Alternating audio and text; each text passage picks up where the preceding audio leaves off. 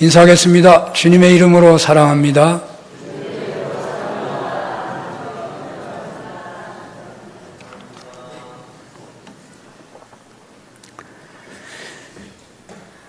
창조주 하나님의 피조물에 대한 최고의 관심사는 분명 모든 피조물이 하나님의 나라를 누리는 것이다. 그렇게 저는 믿고 있습니다. 하나님의 천지 창조에서 보시기에 심히 좋았더라라는 것에서 생각해 볼 수 있는 것이죠.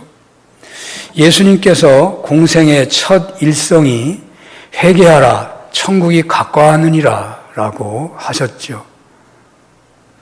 하나님은 우리가 하나님 나라를 누리기를 원하십니다.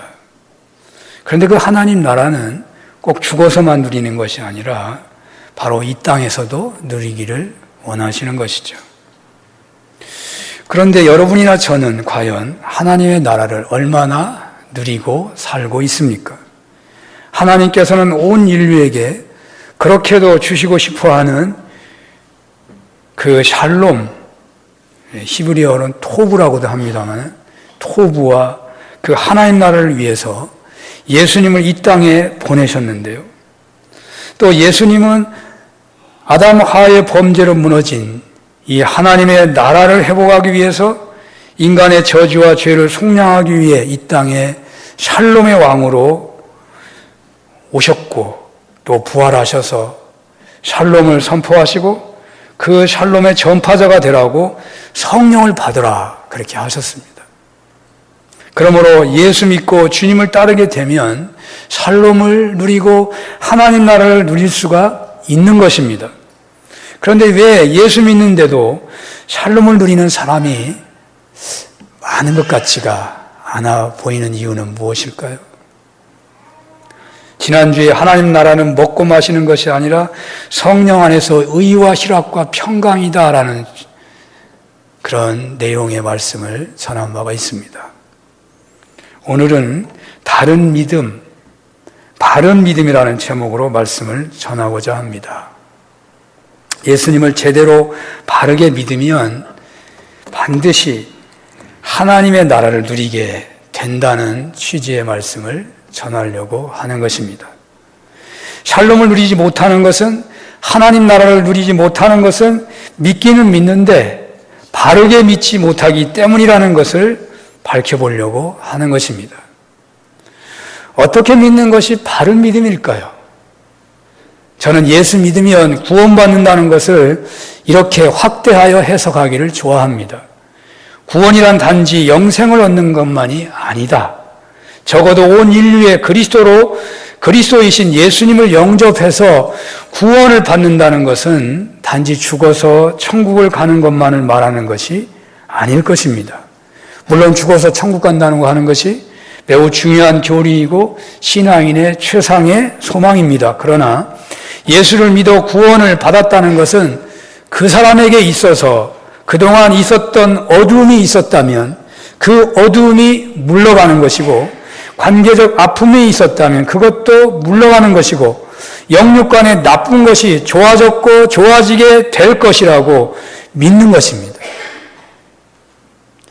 오늘날 돈만 있으면 다 된다라고 세상 사람들이 말을 하고 그 말에 거의 대부분이 인정할 것입니다. 우리 믿는 사람들은 이렇게 말을 했으면 좋겠습니다. 예수만 믿으면 다 된다. 이 믿음이 여러분들의 믿음이요 고백이 됐으면 좋겠습니다. 우리 교회는 예수만 믿으면 다 된다는 것을, 예수만 제대로 믿으면, 바르게 믿으면 어떤 경우에도 부족함이 없다는 것을 확신하는 그런 사람들의 공동체로 나아갔으면 좋겠습니다. 메시아이신 예수님을 믿는 것으로 부족함이 많다면 어찌 그 예수님이 메시아가 되실 수가 있겠습니까? 그리스도이신 예수님을 믿지만 믿는 것은 믿는 것이고 사람이 해야 할 것이 먼저가 이고 찾아가야 할 일, 필요한 돈, 필요한 힘이 있는 사람들 찾는 것이 우선이라고 말을 하고 산다면 그 사람에게 예수님은 그리스도라고 하기가 어려울 것입니다. 만왕의 왕이시고 역사의 주인이신 예수님을 믿지만 전쟁의 공포와 지진과 같은 자연재해와 금융위기, 브렉시트 위기, 첨단 과학의 발달 앞에 두려워하며 믿는 영역을 좁게만 본다면 어찌 그 사람에게 예수님이 만왕의 왕이시고 역사의 주인이라고 말할 수가 있겠습니까? 사람이기 때문에 갑자기 무서운 사건이 터지면 두려워 떨 수 있습니다. 그러나 그 두려움에 사로잡히면 곤란합니다. 그 두려움은 예수 그리스도를 믿는 믿음 안에서 평안으로 바꾸어져야 하는 것입니다. 사건, 사고 많은 세상, 자연재해, 금융위기 등이 빈번하고 사업을 해도 직장 생활을 해도 어느 것 하나도 안전한 것이 없어서 빛이 드러나는 경우가 있다고 하더라도 세상에 어떤 감당치 어려운 무거운 짐이라도 그리스도 대신 예수님께 나아오면 바로 그 짐이 가볍게 되어야 하는 것입니다. 그래야 그 주님이 그 사람에게 그리스도이신 것입니다. 우리는 과연 그런 예수님을 믿고 있는 신앙인이겠습니까? 그런데 과연 여러분들은 예수님을 믿는 것 때문에 행복하시고 샬롬이 있고 하나님 나라를 누리고 살고 계신 것이겠습니까? 목사님, 예수 믿는 건 분명하지만 행복과 불행이라는 것은 다 주어진 환경에 따라 다른 것 아니겠어요? 어떤 사람은 하는 일이 잘 돼가지고 행복하지만 어떤 사람은 사람 잘못 만나서 사기당하기도 하고 피해를 당해서 불행해지기도 하는 것이고 부부관계가 여의치 못해서 피곤할 수 있는 것 아닌가요? 내가 지금 얼굴을 찡그리고 괴로워하지만 나 예수 분명히 믿어요. 그것이 옳은 것입니까? 과연 여러분들의 행불행이 예수 믿는 것과는 관계가 없고 주어진 환경에 좌우되는 그런 상황에 놓여 있는 것입니까? 아니면 여러분들의 행불행이 예수 믿는 것과 약간의 관계가 있기는 하지만 환경에 어쩔 수 없이 영향을 받고 있는 것이겠습니까? 제가 아직도 믿음이 부족해서 여러분들에게 환경을 초월하여 행복해하며 하나님 나라를 누리는 목회자로 보여지지 못하는 부분이 있겠지만 제가 몇 년 전에 행복 아카데미라고 하는 그런 교육을 받아본 바가 있습니다.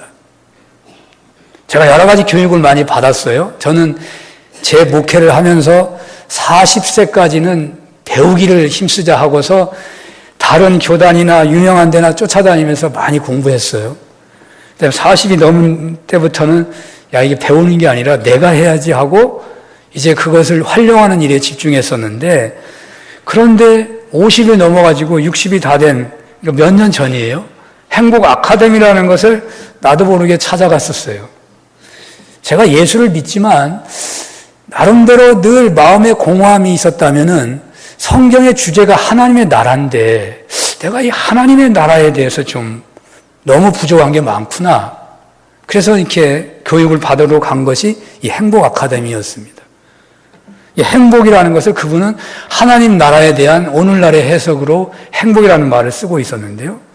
제가 그곳에서 공부를 하고 교회에서 3, 4년간 지도하면서 저에게 나름대로 체험하게 된 확신은 예수 믿으면 예수님을 정말 바르게 믿으면 확실하게 믿으면 누구나 환경을 초월해서 샬롬을 하나님의 나라를 누릴 수 있다라는 것이었습니다.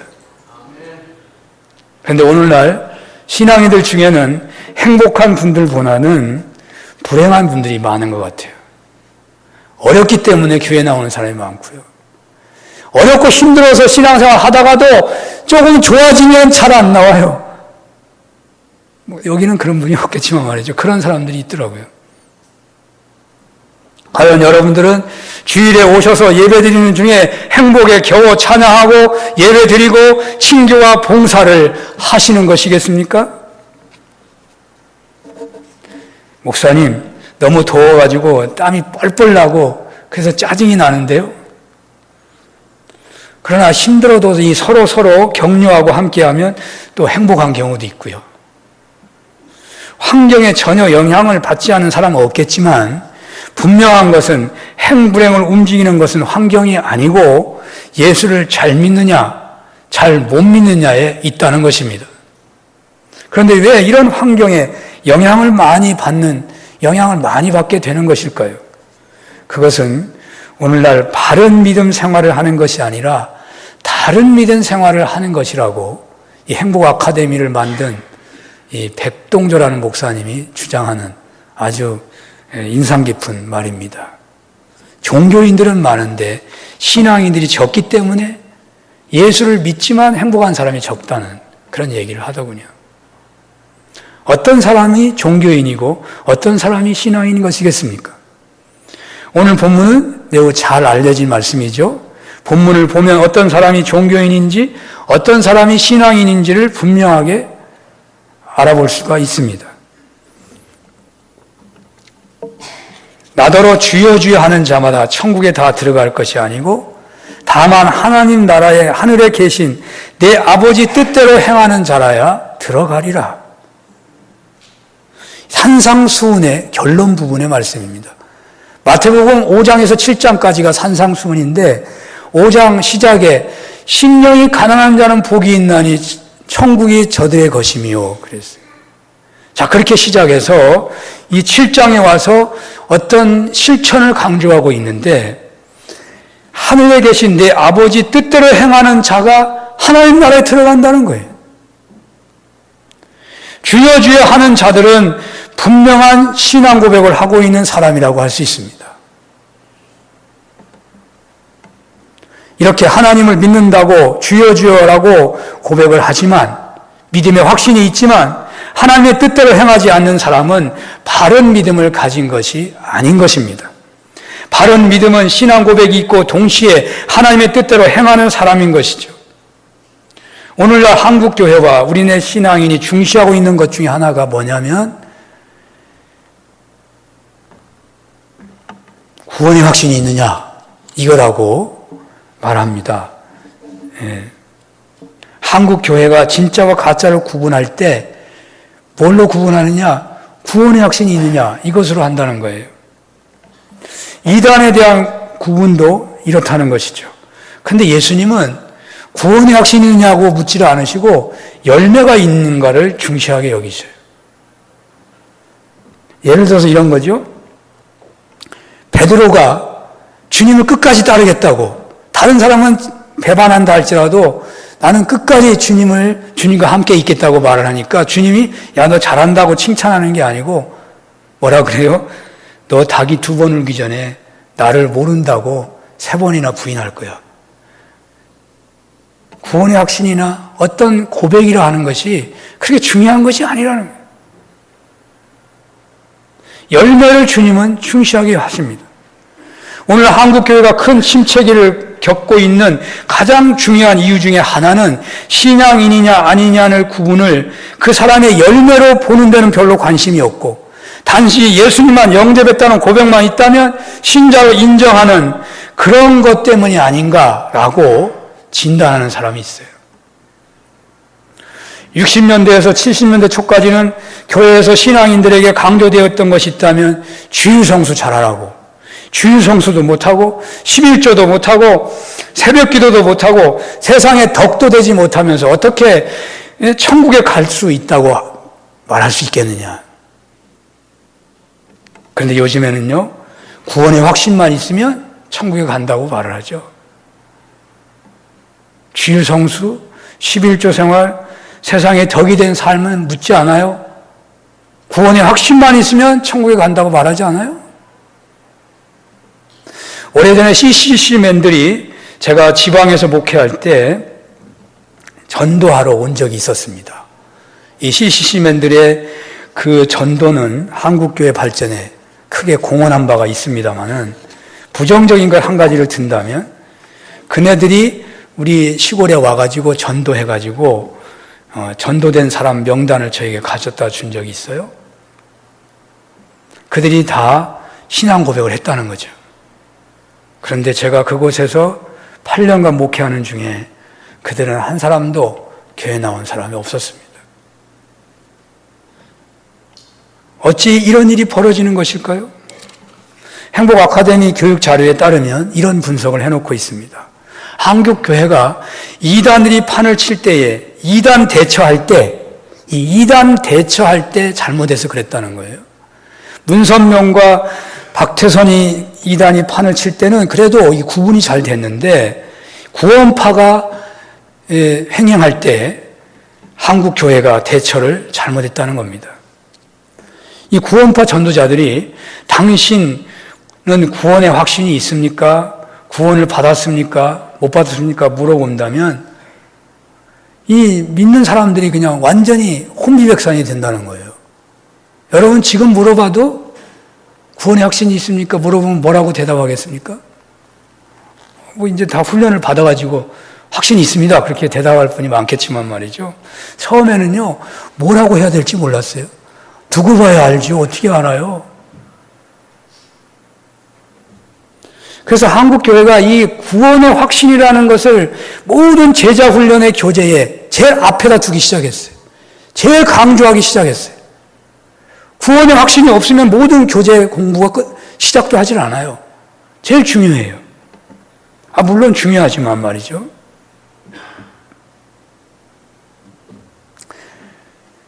예수님은 열매를 강조하시는데 한국교회는 구원의 확신만을 강조했어요. 예수님은 열매로만 참 신앙의 여부를 안다고 하는데 한국교회는 신앙 고백만으로 만족하다가 오늘날 이런 비극을 맞고 있다고 분석하는 내용을 읽어본 바가 있습니다. 우리가 왜 예수님을 믿는데 행복하지 못하고 천국을 누리지 못하는 경우가 많은 것이겠습니까? 왜 샬롬왕 예수님을 영접했는데 샬롬이 멀리 있는 것이겠습니까? 그것은 고백의 믿음에 머물러 버리는 다른 믿음 때문인 것입니다. 오늘날 한국교회가 제대로 믿지 못하니까 샬롬이 없고 하나님 나라를 누리지 못하고 그래서 믿다가 포기하고 세상으로 나가는 사람이 많아지고 있는 것이 아니겠어요? 처음에 믿을 때는 구원의 확신이 있으니까 천국이 있는데 환경이 나빠지니까 이내 천국이 없어요. 교회 나갈 이유가 없어요. 그냥 안 나오는 거예요. 한국교회가 1200만 명이라고 하지만 통계청에서는 800만 정도라고 하고 그걸 그리고도 급격하게 내려앉고 있습니다. 사랑하는 여러분, 바른 믿음과 다른 믿음을 좀 생각해 보시기 바랍니다. 지금까지 구원의 확신만을 강조했다면 이제는 구원의 확신과 함께 열매도 강조해야 하겠습니다. 복음서에서 가장 책망을 많이 받은 그룹들이 어떤 그룹인지 잘 아시죠? 바리새인들, 사두개인들, 율법학자들. 이들을 향하여 주님은 독사의 자식들이라는 표현까지 하신 적이 있으십니다. 이들의 특징이 무엇입니까? 이들은 한결같이 스스로 하나님께 대해서 구원의 확신이 있는 사람들이었습니다. 이들이 율법에 대해 얼마나 확신이 대단했냐면 이들은 율법으로 예수님을 정죄하기까지 했습니다. 목사님 이상한 말씀하시네. 아니요. 바리새인들, 사두개인들 정말 구원의 확신 있는 사람들입니다. 마태복음 23장 3절에 예수님은 그러므로 무엇이든지 그들이 말하는 바는 행하고 그들이 하는 행위는 본받지 말라. 그들은 말만 하고 행하지 아니한다. 그렇게 말씀하셨어요. 이들이 말하는 것은요 다 따르라고 그랬어요. 너무나 바른 말을 하니까요. 오늘 본문에 주여 주여 하는 자, 선지자 노릇하는 자, 귀신을 내쫓아내는 자라도 권능을 행하는 자라도 주의 말씀을 듣고 행하지 아니하는 자는 천국에 들어갈 수 없다는 것입니다. 이런 차원의 말씀을 복음서에서 우리는 많이 볼 수 있거든요. 양과 염소를 하는 마태복음 25장의 비유도 주여 주여만 하고 감옥에 들어있는 자, 병든 자, 어려움을 당하는 자 찾아봤냐? 안 찾아봤다고 하니까 너는 지옥이다 그러잖아요. 부자와 나사로 이야기를 아시죠? 그 이야기는 누가 아브라함의 후손이냐는 것을 말해주고 있는 겁니다. 누가 아브라함의 후손이에요? 구원의 확신이 구원의 조건이 아니라는 바리새인들을 향한 예수님의 공격이기도 합니다. 부자는 구원의 확신이 있는 사람이에요. 그런데 나사로를 외면하고 있어요. 구원 못 받는 거예요. 구원의 확신은 구원에 도움을 주는 것이지만 자칫 자신도 모르게 종교인이 될 수 있다는 것을 명심해야 합니다. 진짜 구원 받았는가 못 받았는가는 열매로 진단해야 하는 것입니다. 주여 주여 하는 신앙 고백만으로 절대 믿지 못한다는 말이에요. 하나님의 뜻대로 행하는지를 보아야 한다는 말입니다. 제가 이렇게 말씀하면 혹 신율법주의라고 비난할지 모르겠습니다. 물론 행위를 강조하다 보면 이런 위험성이 있을 수 있습니다. 분명 우리는 믿음으로 구원을 받고 은혜로 구원을 받고 그 믿음도 선물입니다. 그런데 오늘 본문이 분명하지 않습니까? 나더러 주여 주여 하는 자마다 천국에 들어가는 것이 아니라 하나님의 뜻대로 행하는 자라에 들어가리라. 바른 믿음은 고백만이 아닙니다. 열매가 있어야, 행함이 있어야 바른 믿음인 것입니다. 마태복음 16장 13절 이하를 보면 베드로의 유명한 신앙 고백이 나옵니다. 너희는 나를 누구라 하느냐? 주는 그리스도시요 살아계신 하나님의 아들이시니이다.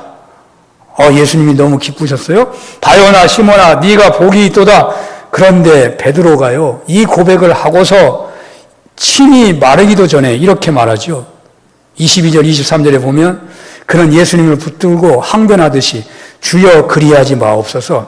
이 일이 결코 주께 미치지 않습니다. 미치지 아니하리이다. 예수님께서 23절에 뭐라고 하십니까? 사탄아 물러가라. 그렇게 고백을 했는데 금방 사탄아 물러가라는 말을 들어요. 너는 나를 넘어지게 하는 자로다.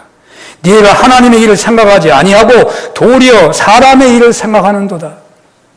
이렇게 베드로의 그 유명한 고백조차도 믿을 수 없을진데 어찌 우리의 신앙 고백이 믿을만 하다고 하겠습니까? 주님은 주의 이름으로 선지자 노릇해도 못 믿는다고 오늘 본문에서 말을 해요. 못 믿는 사람이 있다고. 예수님의 이름으로 귀신을 쫓아내도 못 믿는 경우가 있다는 거예요. 빌립보서 2장 10절에 모든 만물을 예수의 이름 아래 무릎을 꿇게 했다고 했어요. 예수님의 이름 아래 모든 만물을 무릎 꿇게 하셨다는 거예요. 거짓 선지자가 많은 표적을 행할 수 있다는 거예요. 예수의 이름으로 할 수 있다는 거예요. 광명한 천사로 가장하기도 한다는 말이에요. 이런 자들은 자신도 착각할 수 있어요. 자기가 잘 믿는 줄 알고 착각할 수 있어요. 자신의 행함은 엉터리인데 하나님의 뜻과 거리가 먼데 기적이 나타나니까 자신이 구원을 받은 것처럼 착각할 수 있다는 말입니다. 그러나 구원은 능력이나 기적으로 확인되는 것이 아니고 하나님의 말씀으로 사느냐 그렇지 않느냐는 그 열매로 안다는 말이에요. 주님은 거짓 선지자에게 불법을 행하는 자들이라고 말씀하십니다. 이 렌즈로 한국 교회를 보면 어떠하겠습니까? 이 렌즈로 우리 교회를 보면, 이 렌즈로 우리 자신들을 보면 어떠하겠습니까? 22절 본문은 이렇습니다. 그날에 많은 사람들이 나더러 이르되 주여 주여 우리가 주의 이름으로 선지자 노릇하며 주의 이름으로 귀신을 쫓아내며 주의 이름으로 많은 권능을 행하지 아니하였나이까 한다고 했어요. 적은 사람이 아니고 많은 사람이 그런데요. 24절에 이렇게 결론을 내리죠. 누구든지 나의 이 말을 듣고 행하는 자는 그 집을 반석 위에 지은 지혜로운 사람과 같다. 그렇습니다. 믿음의 집을 제대로 지으면, 제대로 믿으면 팔복으로 시작된 그 하나님의 나라가 너희 것이 된다는 말이에요. 바로 이러한 논리가 마태복음 16장에도 그대로 있다고요. 앞에서 말씀드렸는데요. 그 16장에 보면 주는 그리스도시요 살아계신 하나님의 아들이다고 예수님께서 왜 제자들로 이런 고백을 하도록 했냐면요. 21절 말을 전하기 위해서 한 거라고 볼 수 있습니다. 21절에 이렇게 되어 있습니다.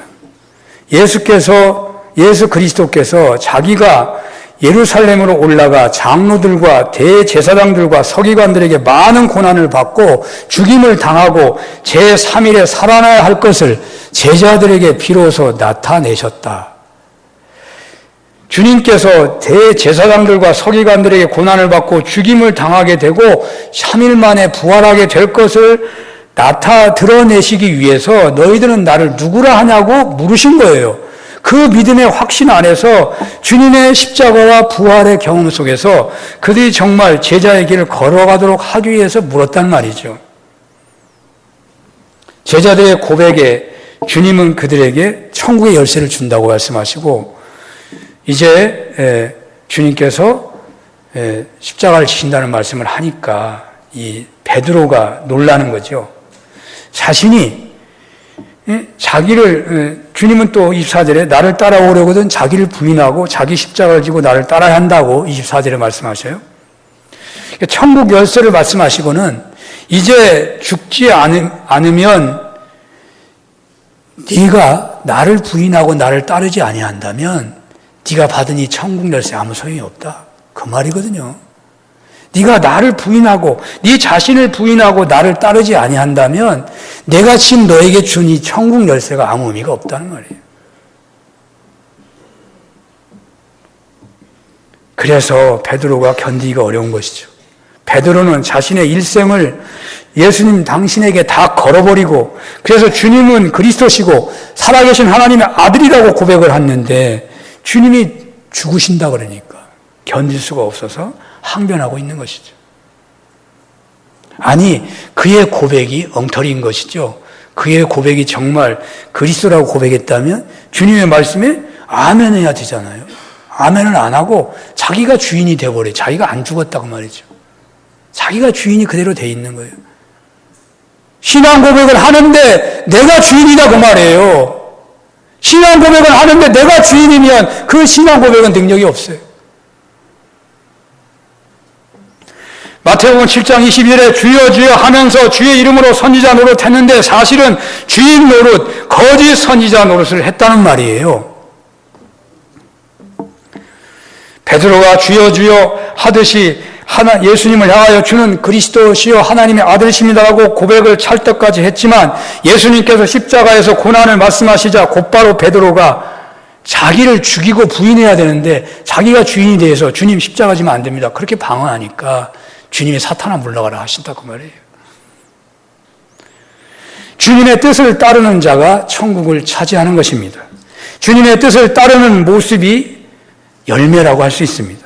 그 모습을 보면 그 사람의 주인이 예수님이신 것을 우리가 알 수 있는 것이죠. 갈라디아서 2장 27절에 내가 그리스도와 함께 십자가에 못 박혔나니 그런즉 이제는 내가 산 것이 아니요 오직 내 안에서 그리스도가 사신 것이라. 이제 내가 육체 가운데 사는 것은 나를 사랑하사 나를 위하여 죽으신 하나님 아들을 믿는 믿음 안에서 사는 것이라.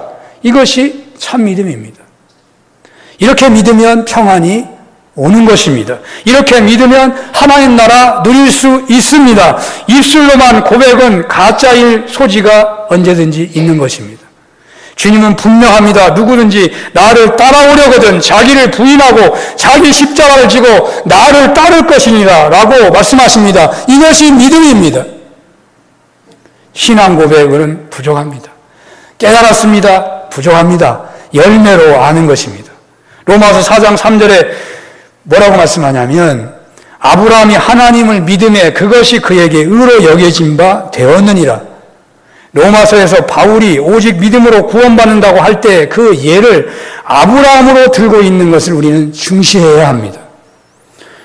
우리는 오직 믿음으로 구원받는다는 로마서의 그 증언을 기록을 아브라함을 들어서 한다는 얘기는 빼버리고 그냥 믿음으로 구원받는다는 그 구절만 받아들인다니까. 그래 믿음으로만 구원받는다고요? 그런데 그 믿음은 누가 한 믿음이냐면 아브라함이 고백한 믿음이에요. 사도 바울은 아브라함의 예를 들고 있습니다. 아브라함은 할례자를 받은 자나 무할례자에게 다 믿음의 조상입니다. 아브라함의 믿음은 고백, 신앙 고백, 구원의 확신 이 정도의 고백이 아니고 지정과 함께 움직여지는 인격적인 고백이에요. 아브라함이 믿은 것은 일가 친척 고향을 다 떠나는 믿음이고 이삭을 바치듯이 의지적 결단과 행동이 함께하는 그런 믿음이었단 말이에요.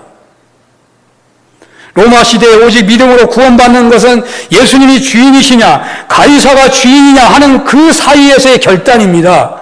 그냥 구원의 확신만 갖고도 가이사에게 가든 어디에 가든 상관없는 그런 게 아니에요. 이 믿음은 단순한 그런 신앙 고백이 아니에요. 당시의 믿음이라는 말씀은 언제나 의지적 결단과 행동이 포함된 것이었습니다. 이렇게 믿기만 한다면 저는 확신합니다. 이렇게 믿는다면 살롬이 하나님의 나라를 그 사람은 반드시 누리게 될 것이라고 저는 확신합니다.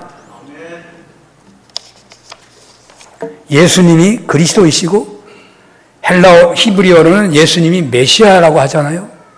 그 예수님을 믿고 따르면 주님께서 역사의 주인이시기 때문에, 창조주이시기 때문에, 모든 만물을 다스리시기 때문에, 또 모든 만물이 샬롬을 누리는 것을 원하시기 때문에 그 그리스도를 영접하고 믿고 따르는 자에게는 그 사람에게 있어서 일생 최고가, 그 사람이 있어서 최고의 인생이 펼쳐지게 된다는 그런 의미가 있다고요.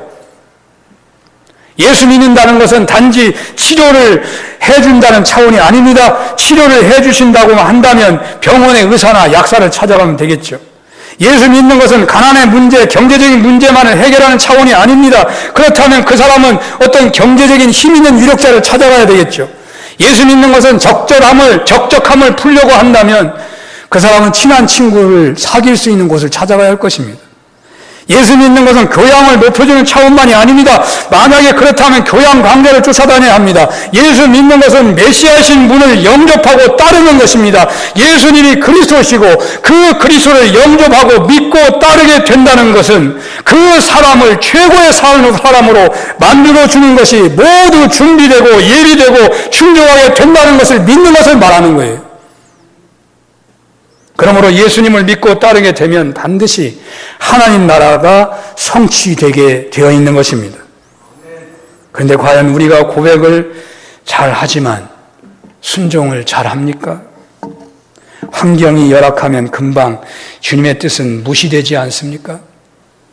어떤 환경에서도 주님의 뜻을 따라 살아갈 수만 있다면 그 사람은 언제나 하나님의 나라를 누리는 것입니다. 넘어질 수 있습니다. 실수할 수 있습니다. 회개하고 다시 일어나는 것입니다. 내가 주님을 따라가는 그 정도가 내가 하나님 나라를 누리는 정도입니다. 내가 주님의 말씀에 구원의 확신을 가지고 주님의 말씀에 내가 주인이 아니고 주님이 내가 주인이 돼가지고 주님의 말씀에 순종하는 그만큼 내 안에 하나님 나라가 그만큼 이루어지는 것입니다.